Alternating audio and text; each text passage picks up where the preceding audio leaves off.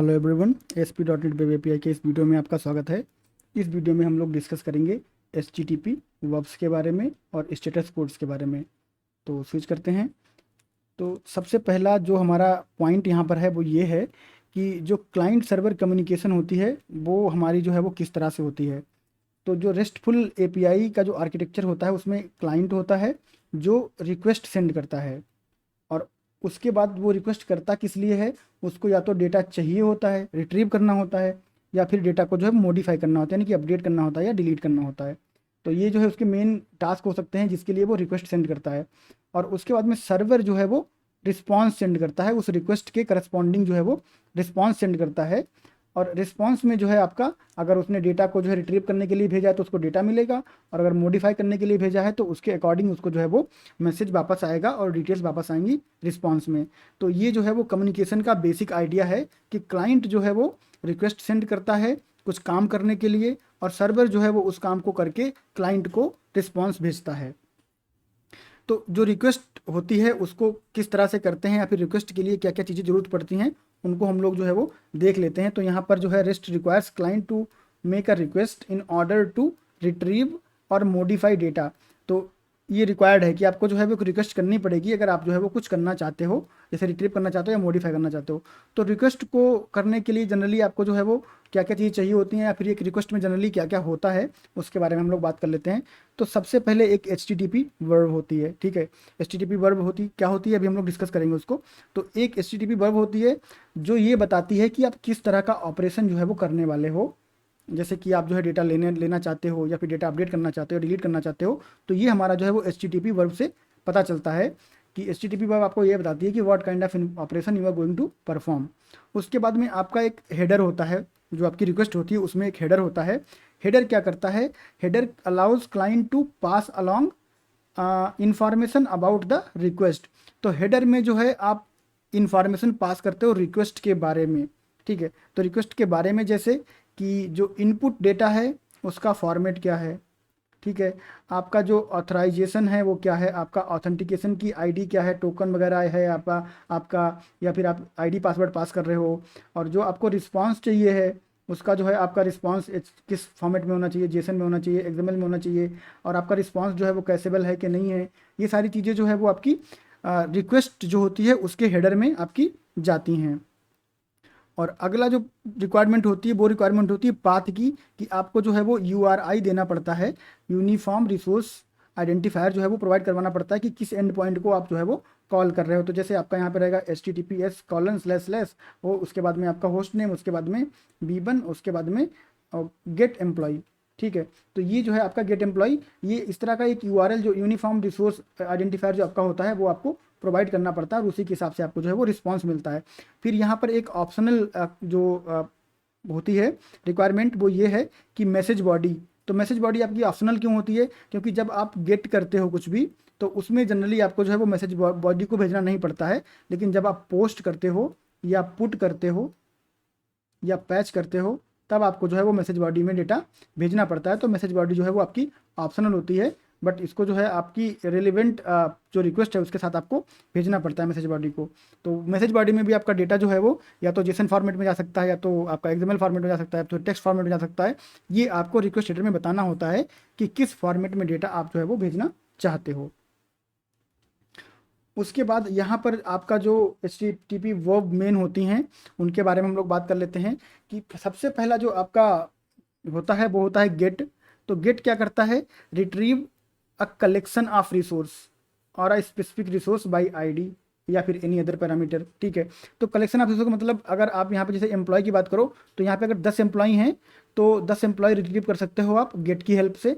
और अगर आपको कोई एक एम्प्लॉय बाय आईडी चाहिए है तो उसको आप जो है गेट की हेल्प से कर सकते हो, या फिर किसी और पैरामीटर की हेल्प से जो है उसको आइडेंटिफाई कर सकते हो। बट आपका पैरामीटर जो है ऐसा होना चाहिए कि रिसोर्स को यूनिकली आइडेंटिफाई कर पाए।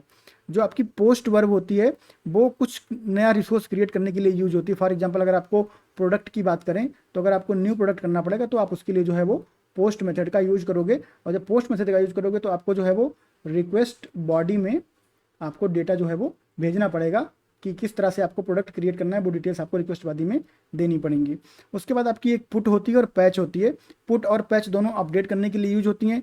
पुट जो है वो अपडेट करने के लिए कंप्लीट ऑब्जेक्ट का यूज करती है, जो आपको कंप्लीट ऑब्जेक्ट प्रोवाइड करना पड़ता है। और पैच जो है वो पार्शियल ऑब्जेक्ट को भी अपडेट कर सकती है, और इनको प्रैक्टिकली हम लोग जो है वो देखेंगे जब हम एपीआई बनाएंगे। अभी हम लोग जो थ्योरी कवर कर रहे हैं, तो ये जो है अपडेट स्पेसिफिक रिसोर्स और part of resource by ID या फिर एनी अदर यूनिक आइडेंटिफायर।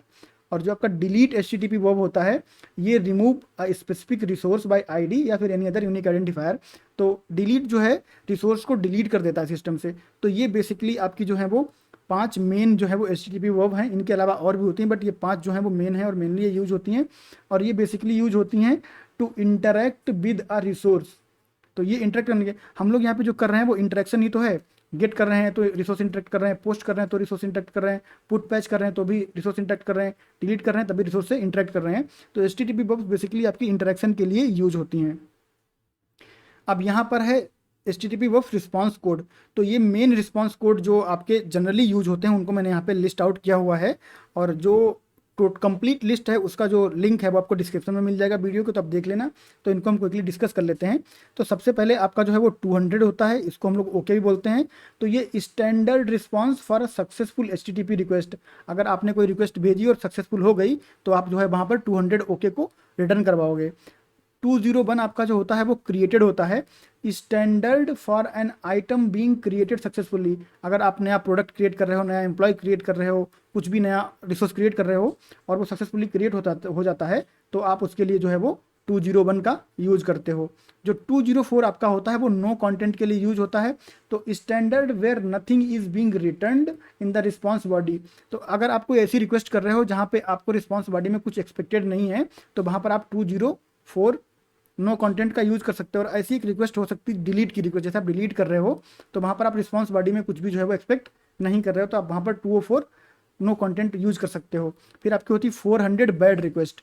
तो ये स्टैंडर्ड रिस्पॉन्स होता है आपका सिंटैक्स एरर के लिए, एक्सेसिव डेटा साइज। अगर मान लो कि आपका जो है वो लिमिट 5 MB का है और आपने जो पुल किया वो आपका 5 MB से ऊपर निकल गया, तो क्या हो जाएगा, यहाँ पर जो एक्सेसिव डेटा टाइप का एरर आ जाएगा। या फिर एनी अदर क्लाइंट एरर जो अगर आपकी है तो उसके लिए आप बैड रिक्वेस्ट, यानी कि रिक्वेस्ट में ही जो है आपका वो एरर है, तो बैड रिक्वेस्ट हो गया। उसके बाद में 403 आपका जो होता है वो फॉरबिडन होता है। तो इस जो स्टैंडर्ड रिस्पॉन्स किस चीज़ के लिए होता है, client does not have permission to access this particular resource, यानी कि आप जो है वो ऑथराइज नहीं हो उस पर्टिकुलर रिसोर्स को एक्सेस करने के लिए, तो आपको जो है वो 403 फॉरबिडन का एरर आता है, या फिर फॉरबिडन का जो है वो आपको रिस्पॉन्स वापस आता है। 404 जो है आपका वो फेमस है, नॉट फाउंड के लिए होता है। Standard resource could not be found at this time. तो ये स्टैंडर्ड कब के लिए होता है, जब आप जो है वो रिसोर्स को देख रहे हो और आपको नहीं मिला। फॉर एग्जांपल अगर आपने कहा गेट एम्प्लॉय बाय आईडी और एम्प्लॉय जो है वो भी है ही नहीं, तो आप क्या करोगे, 404 नॉट फाउंड। अगर आप डिलीट कर रहे हो किसी एम्प्लॉय को बाय आईडी और एम्प्लॉय है ही नहीं है, ऑलरेडी डिलीट कर दिया है, तो क्या आएगा, 404 नॉट फाउंड आएगा। तो ये जो है specific resources, specific status code हैं स्पेसिफिक रिक्वेस्ट के रिस्पॉन्स के लिए। 500 आपका इंटरनल सर्वर एरर होता है। ये स्टैंडर्ड जेनरिक आंसर है कि अगर आपको कुछ ऐसी अनएक्सपेक्टेड एरर आ जाए और आपको उसके बारे में कुछ डिटेल्स नहीं पता, मोर स्पेसिफिक डिटेल्स नहीं पता है, तो आप क्या कर सकते हो, 400 इंटरनल सर्वर एरर जो है वो दे सकते हो। तो ये जो है बेसिक HTTP स्टेटस कोड हैं जिनको हम लोगों ने डिस्कस कर लिया और ये मोस्टली यूज होते हैं। और फुल लिस्ट के लिए आपको लिंक जो है वो डिस्क्रिप्शन में मिल जाएगा। उसके बाद क्या होता है, एक्सपेक्टेड कोड जो हैं वो, ये जो आपकी यहाँ पे लिस्ट है, ये हम लोगों ने स्टेटस कोड के बारे में बात करी है। यहाँ पर क्या है कि HTTP वर्ब के लिए जो एक्सपेक्टेड स्टेटस कोड हैं वो क्या हो सकते हैं, एक आइडिया है ये। तो जो गेट आपका है, जब आप गेट करते हो और सक्सेस होता है तो एक्सपेक्टेड क्या है, 200 ओके। अगर आप पोस्ट करते हो और पोस्ट हो गया तो एक्सपेक्टेड क्या है, 201। अगर आप पुट करते हो एक्सपेक्टेड क्या है, 200। अगर आप पैच करते हो एक्सपेक्टेड क्या है, 200। अगर आप डिलीट करते हो तो एक्सपेक्टेड क्या है, 204 नो कंटेंट। और अगर आप जो डिलीट करते हो और आपको नहीं मिला तो आप उसको क्या बोल सकते हो, कुड नॉट बी फाउंड, 404 बोल सकते हो। फिर यहाँ पर एक नोट है, अगर आपका ऑपरेशन फेल होता है, फॉर एग्जांपल अगर आपका गेट ऑपरेशन फेल हो गया या पोस्ट ऑपरेशन फेल हो गया या पुट ऑपरेशन फेल हो गया, तब आप क्या करोगे, तो उस केस में आप क्या करते हो, आप most specific status code return करते हो। ठीक, अब मोस्ट स्पेसिफिक कहाँ से मिलेगा, या तो आप यहाँ पे जो है इस लिस्ट को देख सकते हो, और या फिर डिस्क्रिप्शन में फुल लिस्ट मिलेगी उसको देख लेना, और उसके हिसाब से जो भी आपको लगे कि ये जो है वो बहुत ज़्यादा अप्रोप्रिएट है, तो उसको आप जो है वहाँ पर रिटर्न करवा देना उसमें, कि अगर कोई एरर आई है तो आप जो है वो मोस्ट स्पेसिफिक जो कोड है उसको आप रिटर्न करवा दो। ऑलराइट, तो इस जो हमारे स्टेटस कोड थे HTTP वर्ब्स थी, इसके बारे में हम लोगों ने जो डिटेल में कवर किया है। अगर आपको इससे रिलेटेड कोई भी कंसर्न, कोई भी क्वेश्चन अभी भी रह जाए तो आप कमेंट बॉक्स में कमेंट करके पूछ सकते हो। थैंक यू वेरी मच, मिलते हैं नेक्स्ट वीडियो में।